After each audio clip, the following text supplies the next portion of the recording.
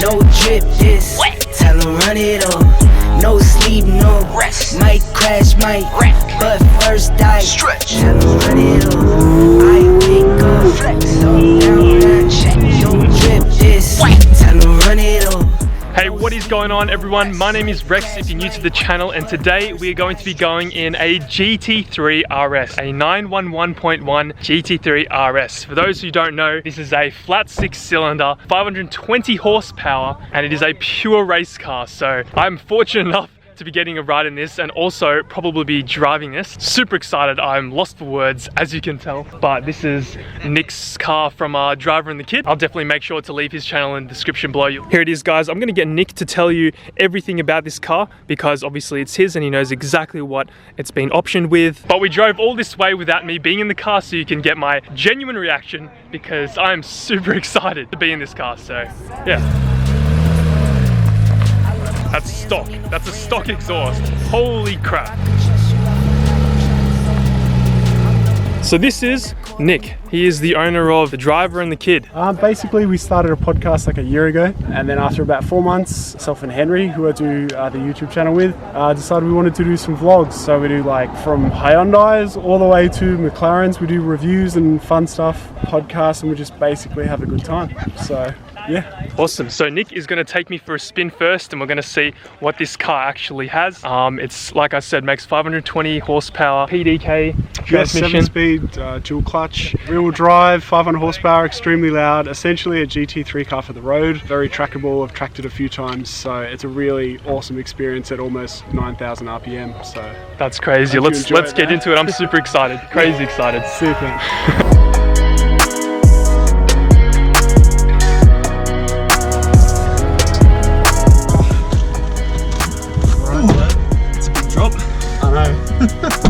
Buckets are, I think they're really comfortable. They are, they're actually pretty decent. They're not super easy to get in and out of because you have to obviously hop over the side a little bit. I've already destroyed the front lip. Oh, have you? Yeah. The first point about this car is that the front lip is nice and cheap considering it's like 500 bucks fitted. Oh, that's not too bad. I thought it'd be much more than that, yeah. Yeah, and because Porsche knows that people are going to track this car and they're going to ultimately destroy the front lip. Yeah, they make it a cheap, quick swap out item. That's rather great. Than having some fancy like carbon splitter that costs you 10 grand if you scrape it. Yeah, I know that's complained a lot about on the M4 GTS or whatever. Just go right. Yeah, but I've heard on the M4 GTS or whatever, that really track orientated M4. Yeah. People complain a lot about that carbon fiber lip, especially on like such an expensive car. Like it's not something you want to be replacing a lot. So. And it's a car that should be tracked as well. Yeah. So those things are a good buy now. A bit off topic, but those things are a good buy. Those things are a good buy now. They're like half retail price with no Ks on them. So essentially, it's a very track-focused car. Wow, it's smooth. Yeah, so it's very smooth. You've got 500 horsepower. That's very, very linear. The gearbox is fantastic. The PDK, it's kind of a bit mind-reading. It's extremely fast. So you'll see with it. Oh wow! Oh my god! So as you can see, holy crap! If you want to drop it down 4 or 5 gears instantly, Jesus! Like 3, 4 gears? Yeah, it's pretty much instant. Oh my god! So, Jesus! It's that's very awesome. rewarding. I mean, obviously it's not a manual. Yeah. But for an auto, or I guess a dual clutch sort of automated manual, it's very, very satisfying to run up and down the gears. So I'll give you a little bit of a go. God. Holy shit. Jesus, dude, this is crazy. Oh my, it's soaking up all the bumps so well as well. I think we can go dead end. Oh, it's so annoying. Right. It gives you an idea of the sort of acceleration. So I mean, this is not a straight line car, it's essentially a track car, so it's it's all about holding corner speed, downforce, you know, entry and exit speed, and the steering in this car is just incredibly sharp, and you get so much feel through the steering wheel. Like a lot of modern supercars these days, they feel completely numb, and it's just completely electrically assisted, and you don't feel any bumps or you don't feel the front end grip, and that's you know, one of the things that I really love about it. I've heard some like stuff about like this car having like not fully electric steering, but that does something at like certain pressures of steering. Yeah, so I think it's like, how do I describe it? It's like electrically assisted, but it's still hydraulic. Somewhere in the middle. It's somewhere in the middle between hydraulic and fully electric. It makes it perfect, yeah. Yeah. So it's quite twitchy, and you know, you can't just sort of take your hands off the wheel. It will, you know, track and stuff like that. But it's really engaging. You need to be awake, but it's just so rewarding. The other thing about today is I can't really. They still work though. Yeah, I can't really push it too much.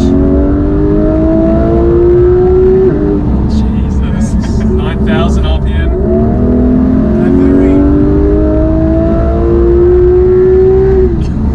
And you can see the car's like tracking a bit. Yeah. These tyres, they're Michelin Cup 2s, which are brilliant tyres, but they've had 2 track days and they've had Troy Candy try and destroy them, so they're pretty much done, which I'm going to be ordering tyres very soon. So the funny thing about Nick is that, you know, a normal person would probably just get rid of their tyres and replace them, but Nick decided to hand his keys off to Troy Candy, and we all know what Troy Candy's, you know, kind of known for doing. Is exactly what he's famous for. He loves sending off tyres, and that's exactly what he did with this car, and he did it in the best way possible. I'll drop some clips.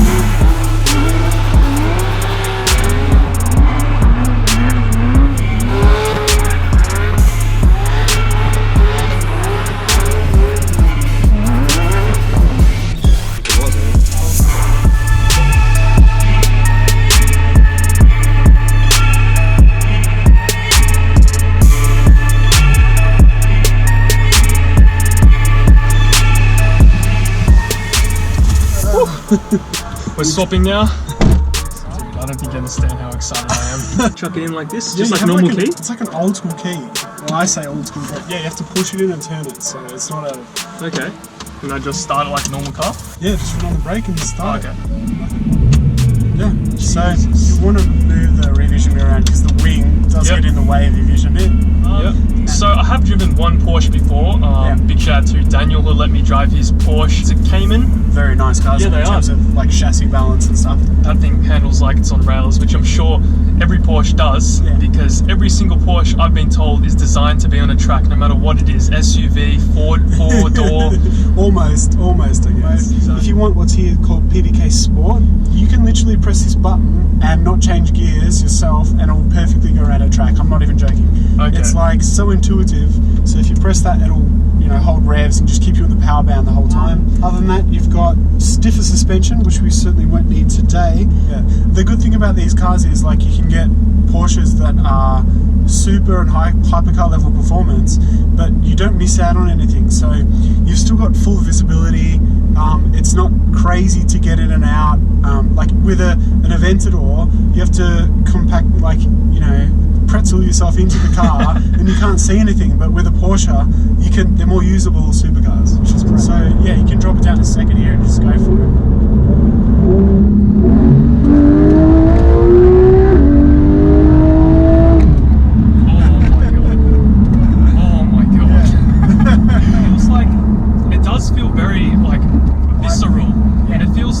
I feel very connected. I like it.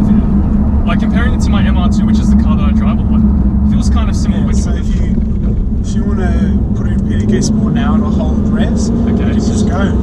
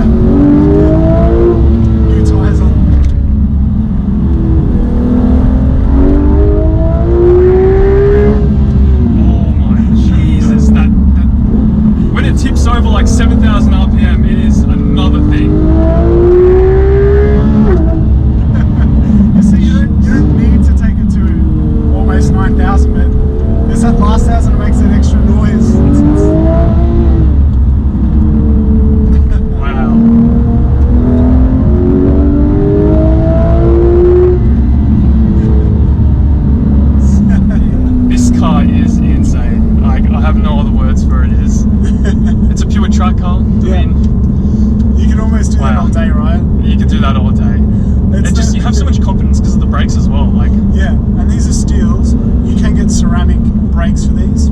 oh, okay. Then Which have a much shorter throw and they bite a lot harder. So one other thing that I'd really want to talk about with this Porsche is that it's pretty crazy to the efforts Porsche went to getting rid of some of the weight of this car. So if you come around to the front, you can see that this badge isn't really a metal badge at all. It's a sticker. It's literally a sticker. So that's an interesting fact about this Porsche. Oh yeah, we need to open it up. Oh, carbon fiber, look at that. Damn, that's actually crazy. So if you come around to the door handles as well, check this out. So you don't even have proper like handles here. You got little bits here, and to open the door you just kind of like pull there and that opens and releases this little mechanism here. So you don't even have proper handles, which is kind of cool. Obviously you got the roll cage, you got the carbon fiber seats, which I believe is an option. They're full carbon fiber backed buckets. I think they're the same as in the 918 Spider. Okay. But yeah.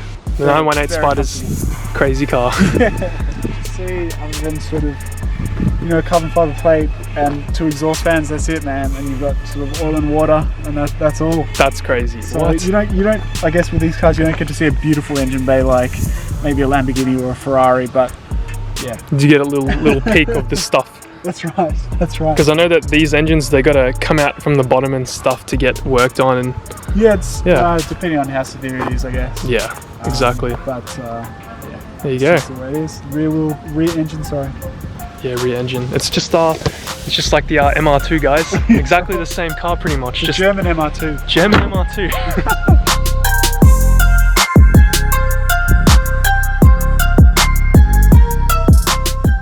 The wing is huge as well. Look at this. If you check one of our videos of, I put Henry, who's the kid from Driver and the Kid YouTube channel, on the back of this, and he's eating pizza off the back of it. I often put my coffee cup on the back as well, so it's a bit of a joke, but bit of a table. It's a massive wing. So. And it's functional, which is the whole point, yeah. Yeah, this isn't a Hello Kitty $50 job that like doesn't work. So yeah.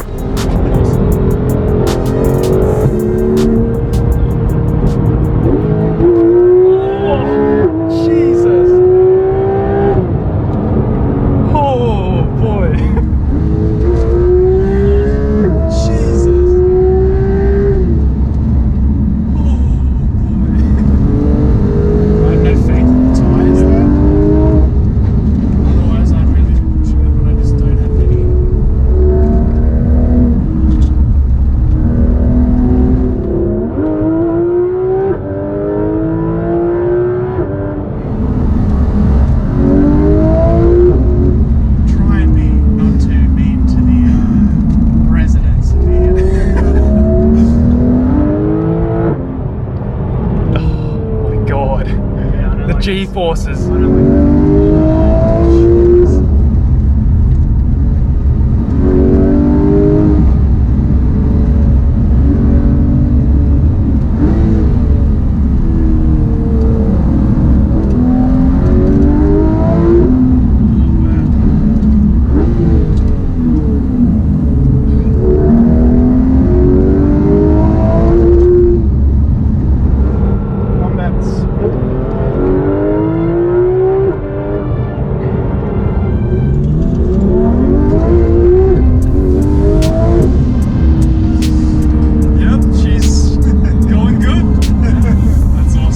Well guys, I can't believe that I got the opportunity to get in a GT3 RS. That is absolutely insane, and I don't understand how I got myself in this position.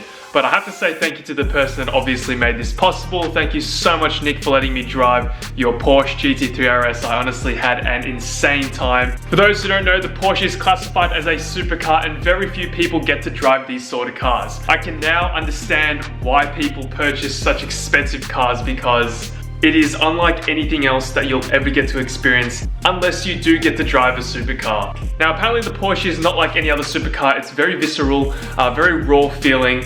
The best way that I can describe it, it's like a JDM car. You feel very connected as a driver. It doesn't feel like you're very electronically assisted. It feels like you have full control over what's happening. But damn, it was impressive Now, I want to say a big thank you to Marcus for helping me record some of the videos and some of the photos. He obviously takes photos and I mention him all the time. Go follow Marcus on Instagram. And of course, don't forget to subscribe to Driver and the Kids. So Nick and Henry make some cool videos on reviewing any sorts of cars, whether it be a Hyundai to a McLaren. That's what, of course, he said, and that's what they do. They also make videos with like North Borders and stuff, which is pretty cool. I'm a subscriber of North Borders too, so that's pretty awesome. Anyway, of course, thank you again, Nick, for letting me drive your Porsche. In the background, there's a little bit of a sneak peek into next video, so there you go. Well, probably one of the coming videos. But yeah, I'll catch you guys in the next one. See you later.